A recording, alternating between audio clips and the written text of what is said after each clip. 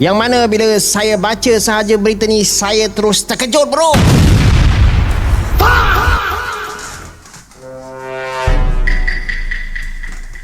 Aku juga ikut terkejut bang.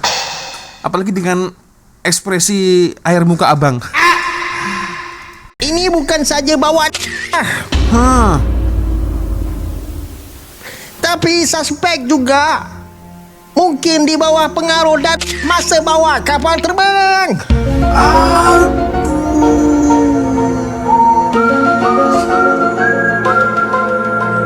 Itu yang paling berbahaya guys.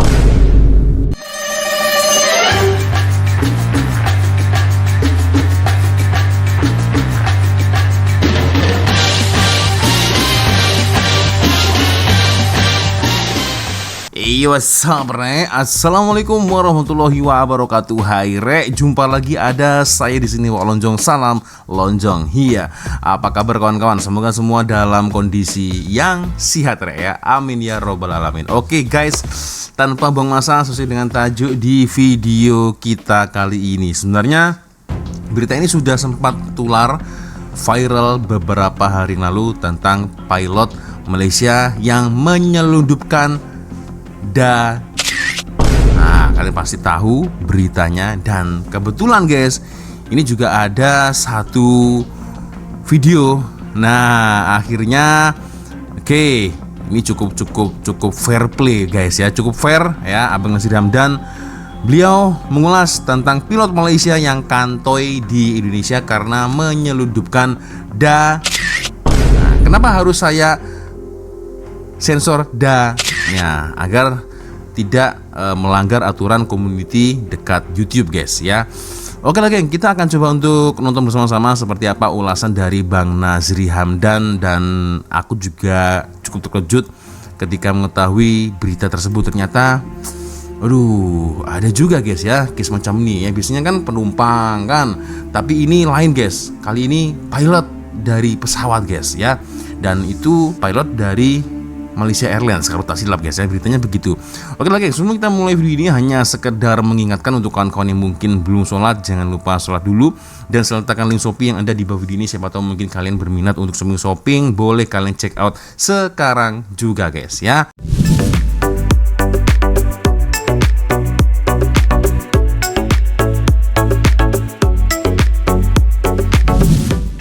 Oke, kita coba tonton bersama-sama seperti apa ulasan dari Abang Nazri Hamdan guys. Pilot Malaysia didakwa seludup lebih 25 kg ke Jakarta. Macam mana boleh lepas? Buat malu dengan Konoha je. Jom kita ulas dalam video ni. Assalamualaikum warahmatullahi wabarakatuh dan salam sejahtera semua. Geng, saya ada baca satu berita ni dan saya yakin korang pun ada baca juga. Weh. Oh iya betul guys, betul. Kalau di Indonesia, tak pastilah kalau di Malaysia seperti apa hukumnya.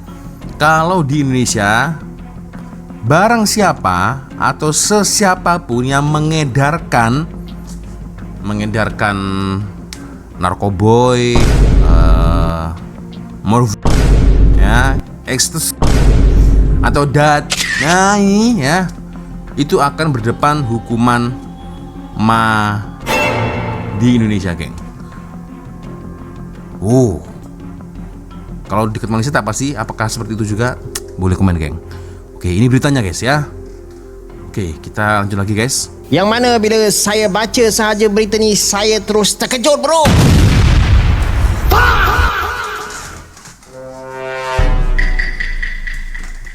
Aku juga ikut terkejut bang.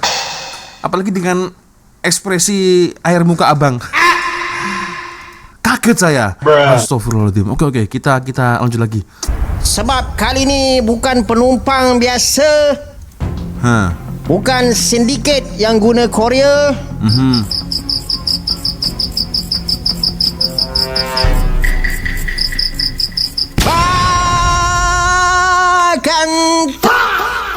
Akan tetapi terkejut aku bang. Jangan begitu lagi. Astagfirullahaladzim. Tetapi Akan tetapi orang yang didakwa terlibat adalah seorang juru terbang Malaysia sendiri. Sungguh tak sangka. Dan perkara ni of course lah guys, bila kita baca dan kita dengar, memang sangat-sangat memalukan. Ya, tu. Sebab ni adalah antara kes penyeludupan dadah yang melibatkan kru penerbangan yang dikatakan paling besar pernah dilaporkan dekat rantau Asia Tenggara. Ish. Serius guys. Ini jujur aku malah belum sempat baca berita detailnya seperti apa sih. Tapi kalau sebesar itu biar betul. Oke, kita lanjut lagi.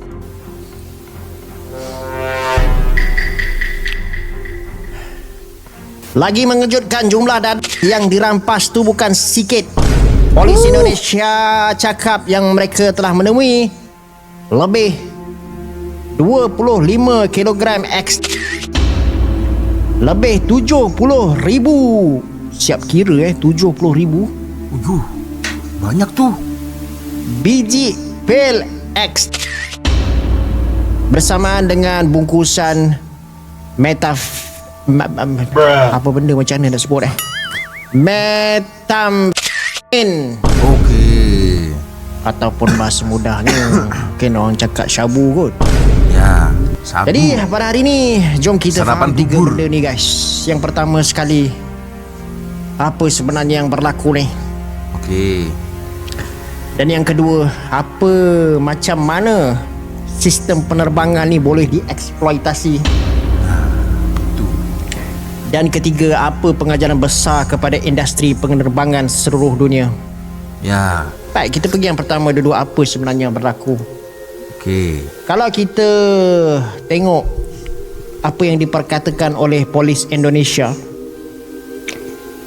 suspek ni adalah seorang lelaki raya Malaysia, umur 39 tahun. Waduh. Usia hampir sama dengan Wak Lonjong nih guys. Aku 38, dia 39. Ya terpaut setahun lah, tapi hampir sama lah geng.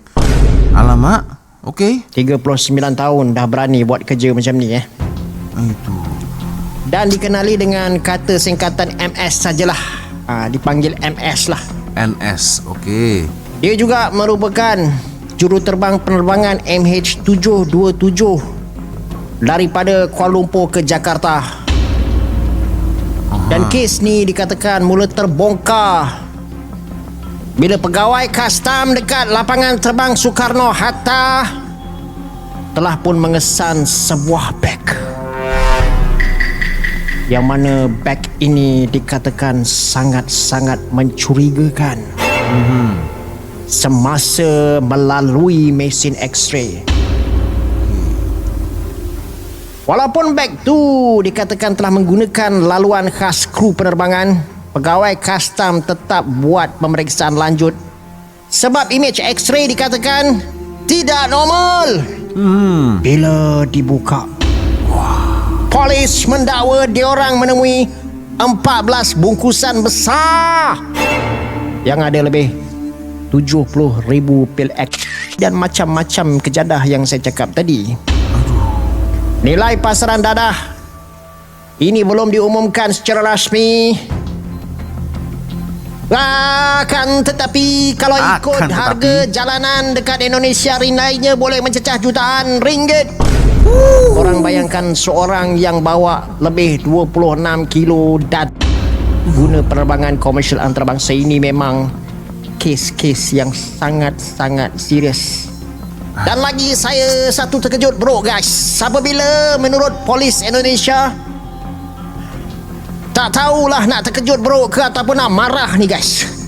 Ujian air kencing didapati bahawa suspek ni menunjukkan keputusan positif untuk dadah ni lah. Jadi bermaksud ini bukan saja bawa tapi suspek juga mungkin di bawah pengaruh dan masa bawa kapal terbang.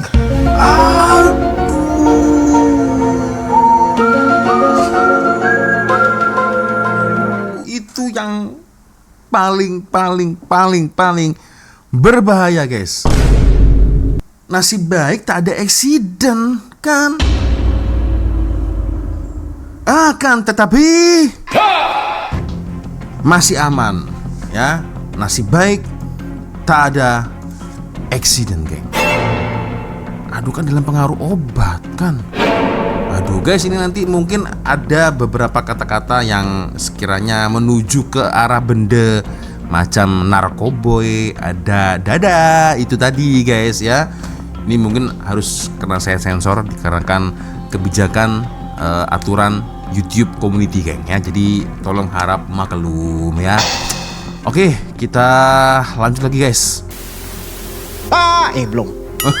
Belum makan tetapi lagi, ya. Akan tetapi dari tadi, geng. Aduh, ini lama-lama lawak juga nih Bang Nazri Hamdan nih. Kalaulah dakwaan ni betul, ini bukan sekadar isu penyeludupan, guys. Ini akan menjadi satu isu keselamatan penerbangan dekat dunia. Sebab seorang juruterbang membawa tanggungjawab ratusan nyawa dalam satu penerbangan. Macam manakah dia boleh menjalankan tugas dalam keadaan high macam tu? Akan tetapi setakat ni semua dakwaan yang datang daripada pihak berkuasa Indonesia dan kes ini masih lagi belum diputuskan oleh mahkamah. Tapi ada lagi satu statement menarik yang saya baca adalah, dan ini pun adalah perkara yang agak mengejutkan juga apabila polis Indonesia cakap masa dia soal siasat suspek ni, beliau juga mengaku pernah melakukan penghantaran dan sebelum ni.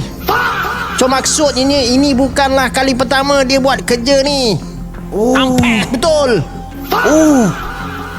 Dan kalau ikut kenyataan polis, kali pertama dia didakwa hantar sabu ni ke mana tau? Sabu. Ayo makan sabu. Pagi-pagi sarapan bubur sabu. Oke. Serius. Ini serius, geng. Serius. Ke Sabah. Kemudian dia bawa sabu ke Jakarta lah. Sabah ke Jakarta. Oke. Dan ini adalah percubaan kali ketiga yang akhirnya kantoi. Kali ketiga. Sepandai-pandai tupai melompat, akhirnya jatuh juga. Dekat padang bola sepak.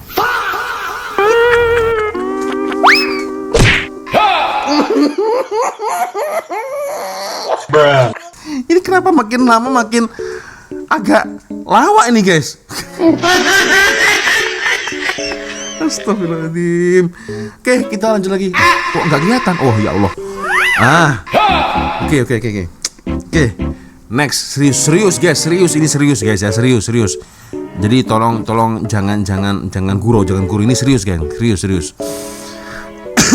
Oke, kita lanjut. Tapi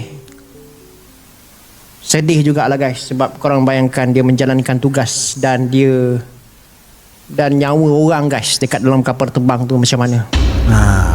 Ini boleh kita katakan sungguh-sungguh mengecewakan. Dan kalau ikut polis Indonesia pula, suspek ni dibayar berapa tau? Dan dia dijanjikan bayaran sekitar 50,000 untuk datang kali ni. 50,000 ringgit. Oke. Tak berbaloi lah 50,000. Iya. Tak berbaloi. Cuba korang fikir, kalaulah dibandingkan dengan resiko dekat Indonesia ni, kes penyeludupan dalam kuantiti besar ni, korang tahu tak boleh bawa hukuman apa? Dia boleh bawa hukuman mati. Itu, guys, kalau sabit kesalahan. Jadi maknanya 50,000 tu untuk pertaruhkan hidup engkau ke? Ya, make sense. Tak berbaloi. Tapi guys, semua orang ingat bagasi ni diperiksa sama? Sebenarnya tak tau. Kalau kita ikut ketua custom lapangan terbang Soekarno-Hatta ni, dia cakap bagasi itu bagasi kru penerbangan ni dia akan gunakan tag khas kru. Jadi bagasi ni dia akan melalui proses pengendalian yang dikatakan sangat-sangat berbeza, tak sama, okey, daripada bagasi penumpang biasalah. Ini sebab kru penerbangan ni dia dikatakan ada prosedur operasi yang sangat-sangat berbeza lah. Dan dikatakan dekat sinilah polis percaya yang sindiket ini cuba ambil kesempatan. Jadi apa yang diorang buat adalah diorang telah gunakan status kru penerbangan untuk kurangkan risiko kena kesan. Akan tetapi ini tak bermaksud bagasi kru tak diperiksa langsung. Kalaulah pegawai custom dia nampak sesuatu yang mencurigakan dan kita tahu diorang ni ditrain untuk detect benda-benda macam ni, maka diorang ada kuasa penuh untuk buka dan periksa. Dan itulah yang berlaku dalam kes ni. Jadi maksudnya dalam sistem keselamatan, dalam kaedah ini, walaupun untuk bagasi kru sistem keselamatan tetap berfungsi. Jadi kalau kita tengok sindiket ni dia menggunakan insider jugalah. Okey. Ini adalah satu trend dekat seluruh dunia sebab sindiket ni of course dia akan sentiasa utilize orang yang berada dekat dalam sistem tu. Bukanlah sebab dia orang ni hebat sangat. Akan tetapi sebab orang dalam tu dia ada akses yang kita katakan lebih senang lah kepada kawasan-kawasan tertentu. Akses. Sebab apa yang saya tahulah dekat lapangan terbang contohnya kru penerbangan ataupun kaki tangan kargo, pekerja-pekerja bagasi dan kaki tangan logistik ni semua diorang ada akses yang tidak dimiliki oleh penumpang-penumpang macam kita lah. Betul, sebab tu dekat banyak negara sekarang diorang makin ketatkan pemeriksaan terhadap kaki tangan sendiri yang merupakan orang dalam. Sebab percaya bulat-bulat kepada kaki tangan dalaman ni sebenarnya zaman sekarang ni membuktikan bahawa ini dah tak cukup. Kena ada audit, saringan berkala dan juga pemantauan yang lebih ketat. Jadi kalau kita baca juga Malaysian Airlines pun dah keluarkan kenyataan yang company itu dia bagi kerjasama penuh lah kepada pihak berkuasa Indonesia. Nah ini juru terbang didakwa selundup. Saya sensor geng ya. Di Indonesia Malaysia Airlines beri kerjasama siasatan. Nah itu guys. Jadi sangat pihak dari Malaysia Airlines ini bertanggung jawab. Kalau memang salah ya terbuka guys ya, dan mau memberi kerjasama siasatan. Ini yang mantap. Oke, kita lanjut lagi guys.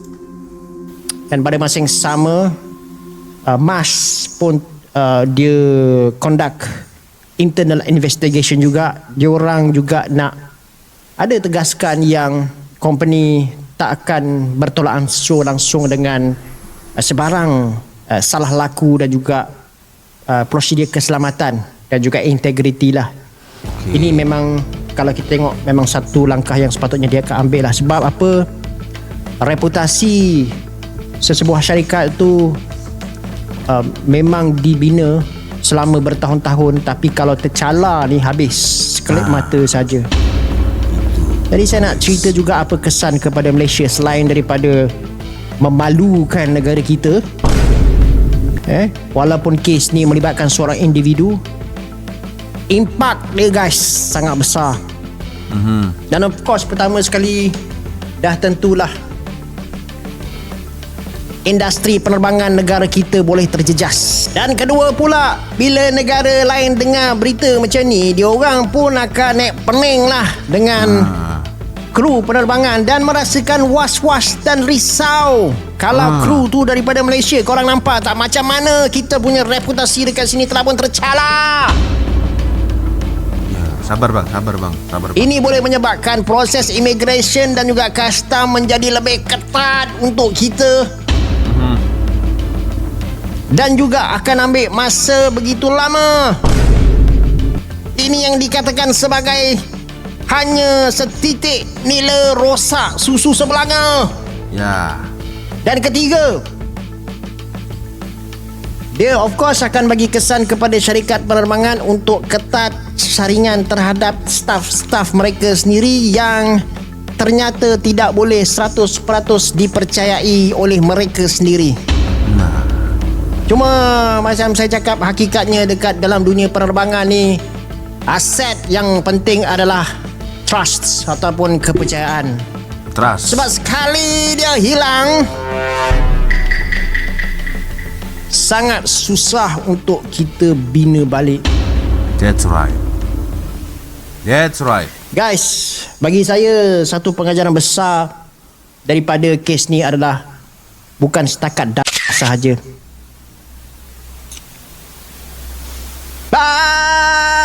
Akan tetapi Selalunya akan tetapi terus guys.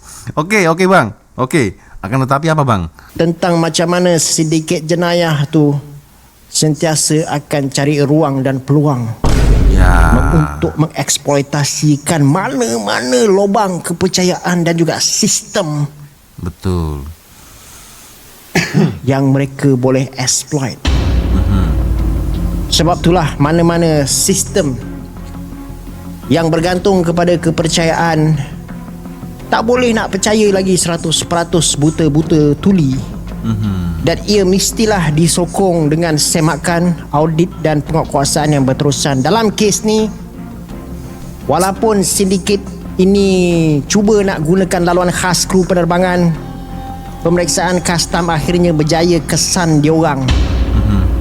Dan kita juga perlu ingat guys, semua tuduhan suspek ni masih lagi tertakluk kepada proses mahkamah. Sampailah dia individu berhak ataupun dia dibuktikan bersalah, barulah dia bersalah. Itu dia. Jadi guys, apa pandangan korang? Ya. Pandangan saya guys, ya berani buat, berani bertanggung jawab. Tak peduli itu siapa kan, itu sih guys ya. Tapi salut dengan pihak dari Malaysia Airlines guys ya. Sekurang-kurangnya mereka mau bekerja sama siasatan guys ya. Oke, itu dia satu video dari Abang Nazri Hamdan guys ya. Kita coba sedikit lah tengok macam mana komen-komen netizen guys ya tentang case ini geng ya. Oke. Ada beberapa komentar. Oke, Indonesia siap tunjuk video, bukan sembarang tuduhan. Berani buat, berani tanggung, tak kira siapa. Nah, ini seperti yang saya katakan tadi kan guys ya. Semoga Indonesia selalu baik bersama. Malaysia boleh, Malaysia serba boleh. Ada Wan Kamaruzaman bin Wan Nodawan ini geng. Tak sayang keluarga dan sendiri-sendiri. Nah, itu dia guys. Tak sayang keluarga dan diri sendiri. Berani buat, beranilah tanggung. Bayangkan bahwa kapal terbang dalam keadaan high. Allahu Akbar. High itu berarti maknanya fly guys ya, fly, mabuk gitu guys ya. Wah, itu bahaya sih guys ya. Bahaya. Lolos di bandara Malaysia dan gagal di bandara Indonesia. Ini sepertinya orang Indonesia nih guys ya. Merusak nama baik penerbangan antar bangsa Malaysia di dunia internasional. Nah itu betul, memang betul Bang Nasri. Jika upah Rp50.000 dengan bertaruh nyawa ya. Tapi alhamdulillah para penumpang BS ini bisa mungkin ya selamat sampai tujuan dengan pilot positif. Nasib baik tidak ngantuk tertidur masa terbang. Nah itu geng, itu yang ditakutkan. Mungkin saat ini masih oke, tapi kita tak tahu ya bila-bila hari kan ya, tidak sekarang maybe ya jangan sampai sih guys ya. Nah itu kan yang istilahnya apa guys ya, yang boleh membahayakan nyawa para penumpang yang ada di dalam pesawat guys kan. Itu menurut kalian nih guys ya, Berarti dekat Malaysia apa nih geng hukuman bagi seorang penyebar atau penyelundup babai? Nah, dadakan babai kan gitu geng. Apa nih hukumannya geng? Untuk orang yang mengedarkan ya. Kalau di Indonesia hukuman tuh geng. Kalau di Malaysia aku tak pastilah. Nah ini kawan mungkin boleh lah komen juga bentar guys ya. Semoga kejadian ini tidak terulang kembali guys ya. Karena itu tadi, satu, boleh memalukan nama negara. Yang kedua, bagaimana nasib para penumpang yang ada dalam pesawat itu geng? Itu yang berbahaya guys ya. Aduh ya Allah, astagfirullahaladzim, jangan sampai lah guys. Oke lah geng, ya sepertinya cukup sudah untuk video kita kali ini guys. Thank you sudah nonton, dan ya saya minta maaf apabila mungkin kalau ada tersirat kata-kata baik dalam video sampai video. Seperti biasanya kalau ada video menarik yang mungkin boleh kita sama-sama, silakan kirim link videonya di Instagram. Nah di sini, dan akhirnya saya Walonjong pamit dulu geng. Wassalamualaikum warahmatullahi wabarakatuh. Semoga Allah melindungi kita semua. Amin ya rabbal alamin. See you, bye bye.